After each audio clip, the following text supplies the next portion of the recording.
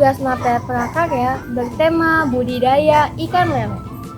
Sekarang kita sudah berada di lokasi budidaya ternak ikan lele. Benar sekali, kita akan mewawancarai mengenai budidaya ternak lele. Kalian pasti penasaran kan gimana sih cara untuk budidaya ternak lele? Nah, sebelumnya kita dari kelompok 2 kelas 10E4 izin memperkenalkan diri terlebih dahulu. Perkenalkan, nama saya Pia Priantika. Perkenalkan, nama saya Kuria. Perkenalkan, nama saya Vidya Widianti. Perkenalkan, nama saya Novana Tugaroya Yudhistri. Perkenalkan, nama saya Alisa Adila. Perkenalkan, nama saya Rizky Hidayat. Perkenalkan, nama saya Muhammad Irfan. Perkenalkan, nama saya Muhammad Markadinata. Mari ikuti terus keseruan kita untuk wawancara di budidaya ikan lele.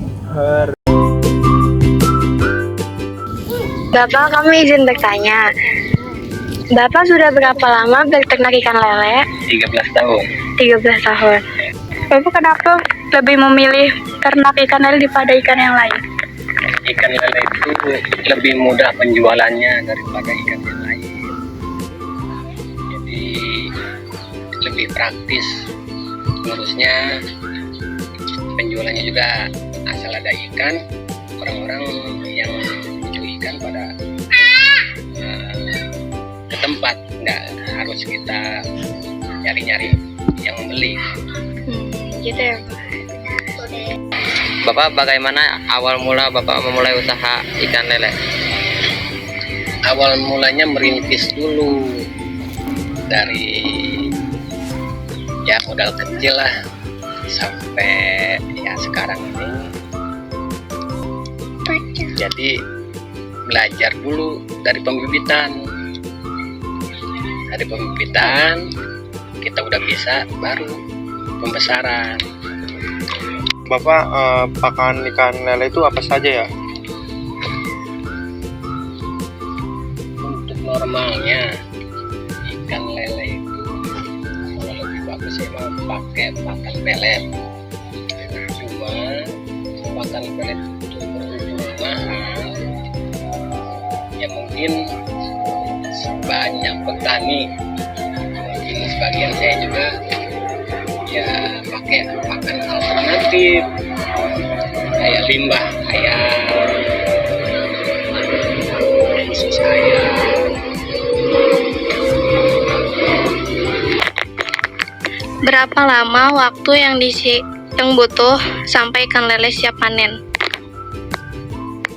Kalau ikan lele itu pertama nebar tergantung size.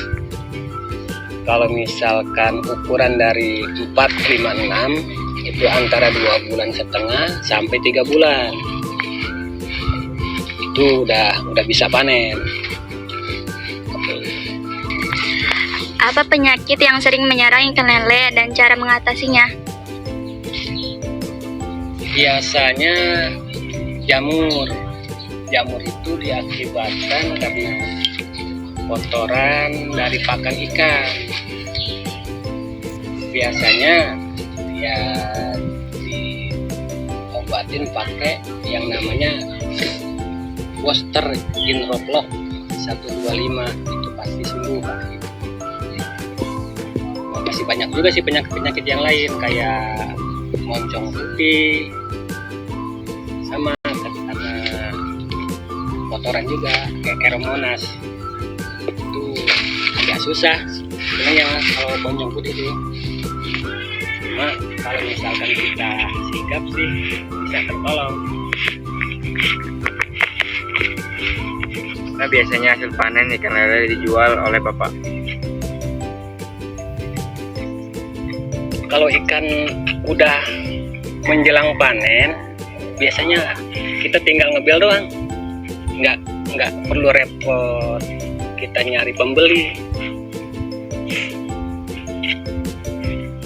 Kalau misalkan lebih bagusnya sih langsung ke pasar, nanti di situ ada pengepulnya. Cuma biasanya di sini udah ada gimana ya, udah ada channel buat ngangkat ikannya gitu.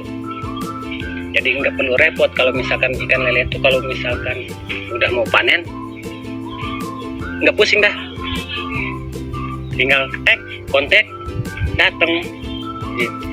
Jadi itu ada yang udah ngebuang itu juga ya Pak? Tiap tanah panen sekali ngebuang itu. Iya, jadi nggak sulit lah, nggak sulit banget. Berapa banyak keuntungan yang Bapak dapatkan untuk sekali panen? Tergantung kita penebaran bibit, penebaran ikannya. Jadi kalau misalkan ukuran 10.000 ekor itu biasanya antara 7 sampai 8 juta per panen. Terima kasih buat teman-teman yang sudah menonton wawancara kita mengenai budidaya ternak ikan lele. Sampai jumpa. Wassalamualaikum warahmatullahi wabarakatuh.